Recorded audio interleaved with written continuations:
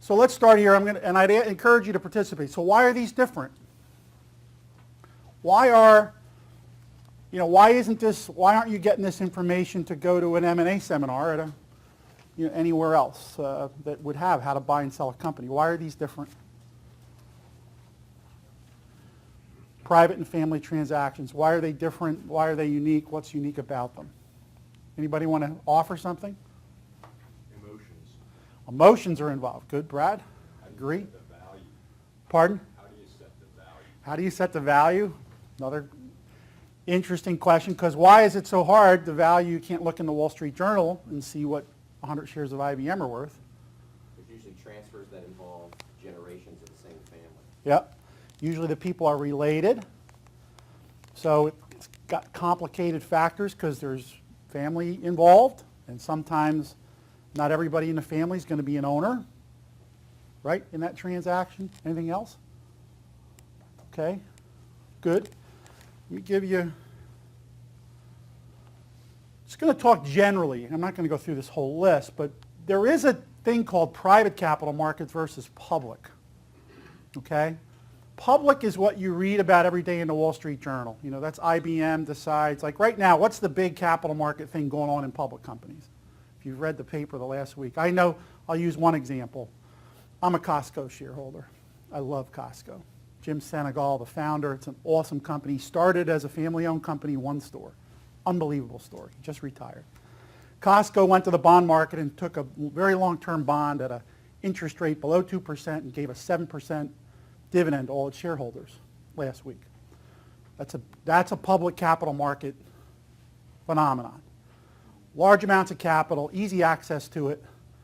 They look at tax rates and they say, we're going to be friendly to our shareholders. They go borrow a ton of money ahead of when they need it, and they give a 7% dividend. Who wants to go get a bond today to make a big dividend by the end of the year and borrow a couple of $1 million to distribute something ahead of the tax changes? What do you think? Sounds good. How practical is it, though, for the average private company? It's impractical. It's hard to do. Costco goes to the bond market like they're going to go buy some groceries. They've got departments of people that handle that stuff. And they decide last week, we want to go to the market and do a bond, and then, a week later they go to the bond market, or maybe a month. So it's very different. So a couple things, though, that I want to point out. There is some significant differences. One is capital scarce over here, right? You can't just go borrow that kind of money just when you need it. Secondly, because it's scarce, it's very expensive, right? So how do you measure the cost of capital in a private company? Interest rates? What else? Who has any personal guarantees on their debt? Okay. How do you measure what the cost of that is? If you're wrong, you lose your house. What's the cost of that capital? How do you turn it into a percentage, right? So you get the picture. Capital is very expensive and it's very scarce in private companies. So doing a transaction with a private company makes it harder. How about this one? Owners have unlimited liability. This is one of my favorite ones. So a public company over here,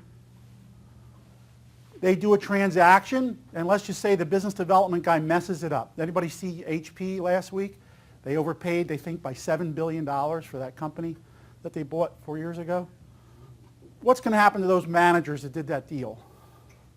They're going to get fired. And what are they going to do? They're going to get another job.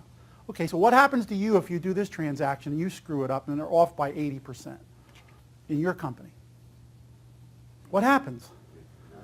You're done and you lose everything, right? So you're starting to get this picture. This is a very different animal, and that's why we focus on this stuff, because we work with private companies all day long and we know that they're different. This is different stuff. You don't go get advice around this stuff from people that do, valuations of public companies and mergers and acquisitions. This is very different territory because you can't afford to be wrong.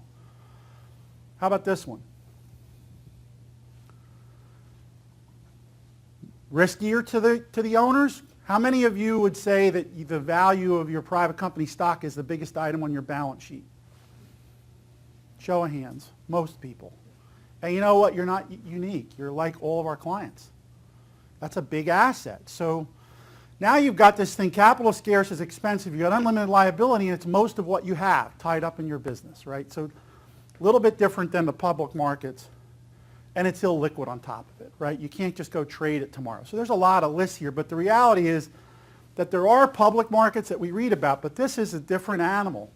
And so the way that you have to approach it is very different.